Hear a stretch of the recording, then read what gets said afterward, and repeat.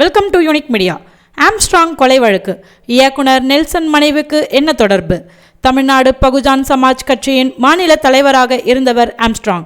வட சென்னையை சேர்ந்த இவர் கடந்த ஜூலை 5ஆம் தேதி பெரம்பூரில் ஒரு கும்பலால் வெட்டி படுகொலை செய்யப்பட்டார். தலித் தலைவராக அறியப்பட்ட ஆம்ஸ்ட்ராங்கை பொதுவெளியில் கொலை செய்த சம்பவம் நாடு முழுவதும் பெரும் கொந்தளிப்பை ஏற்படுத்தியது. தமிழ்நாட்டின் சட்ட ஒழுங்கை கேள்விக்குள்ளாக்கியது. மேலும் ஆம்ஸ்ட்ராங் கொலை வழக்கை தமிழ்நாடு அரசு சிபிசிஐடி வசம் ஒப்படைத்தது. சிபிசிஐடி வழக்கின் விசாரணையை தீவிரப்படுத்தினர். இந்த கொலை வழக்கில் தற்போது வரை 24 பேர் கைது செய்யப்பட்டுள்ளனர்.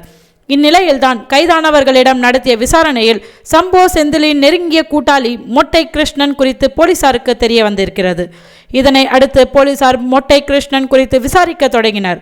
மொட்டை கிருஷ்ணனின் செல்போன் அழைப்புகளை ஆராய்ந்ததில் பிரபல திரைப்பட இயக்குனர் நெல்சன் மனைவி மோனிஷாவிடம் மொட்டை கிருஷ்ணன் அடிக்கடி பேசியது தெரிய வந்திருக்கிறது.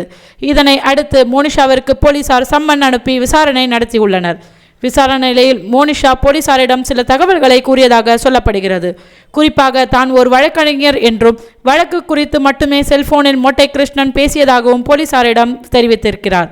நெல்சன் வீட்டில் தங்கிய மொட்டை கிருஷ்ணன் குறித்து தொடர்ந்து போலீசார் நடத்திய விசாரணையில் அவர் குடும்பத்துடன் வெளிநாட்டுக்கு தப்பிவிட்டதாக தெரிய வந்திருக்கிறது. வெளிநாடு செல்வதற்கு முன் மொட்டை கிருஷ்ணன் மற்றும் அவரது மனைவி நெல்சன் வீட்டில் தங்கியதாக கூறப்படுகிறது. எனவே மொட்டை கிருஷ்ணனுக்கும் நெல்சனுக்கும் என்ன தொடர்பு, எதற்காக அடைக்கலம் கொடுத்தனர் என இயக்குனர் நெல்சனிடம் விரைவில் போலீசார் விசாரணை நடத்த இருக்கிறார்கள் என கூறப்படுகிறது.